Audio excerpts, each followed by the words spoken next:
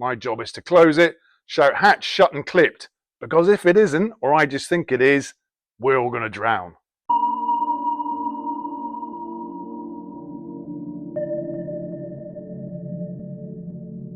So an example of diving on a Cold War hunter-killer submarine. In this particular scenario, I'm on bridge lookout, which means myself and the officer watch are on top of the fin, which is the sticky up bit in the middle of the submarine where the periscopes are housed, and we're on the fin, basically on lookout, so we can keep an eye on what's going on around us. So I'm thinking this is quite calm, this is quite cool, it's nice and peaceful and quiet. It's all busy beneath us inside the submarine, but we can't hear that or see that.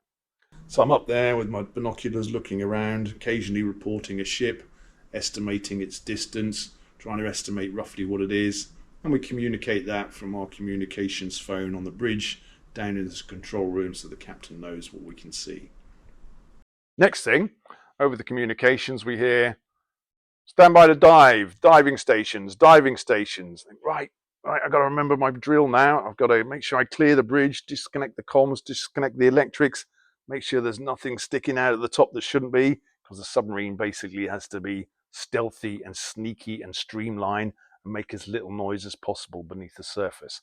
So everything's got to be cleared away. Nothing must be left up there. So the officer watch and I are disconnecting everything. Just before we disconnect the communications, we say, 2 coming below. We enter this narrow sausage-like tube with a vertical ladder all the way down, which is what's called the conning tower. I'm responsible for closing the upper hatch and shouting down, upper hatch shut and clipped, so they know at least one of the hatches is shut, separating us from the sea. We then go down to the lower hatch, again, same drill, lower hatch shut and clipped. Now the control room and the submarine know that we're safe and the water's not going to get in, basically. Get all of my foul weather gear off and then go and join my colleagues at my workstation in the control room, which is basically a computer panel and a chart with the captain sitting right behind me. Coxswain, who's the chief of the boat, then announces over the internal communication systems, diving now, along with a klaxon, so all the ship's company know that we're about to sneak beneath the waves. Various colleagues are running around the submarine control room, closing some valves whilst opening others. 2 of my colleagues on the control panel, one's the helmsman, so he's the guy who's driving the boat.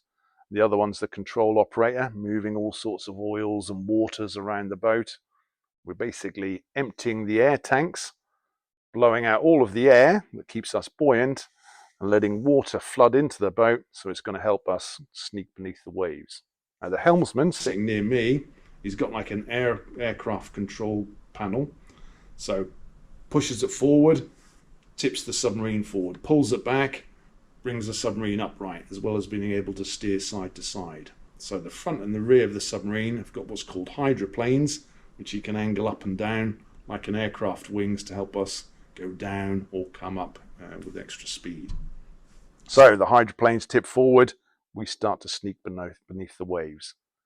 Captain says, make periscope depth. He also says a number of feet, which I can't tell you because that's secret, but basically we're just beneath the surface, enough that the submarine can't be seen at all, but the periscopes can still stick up and sneak just a few feet above the surface so we can continue to see what's going on around us.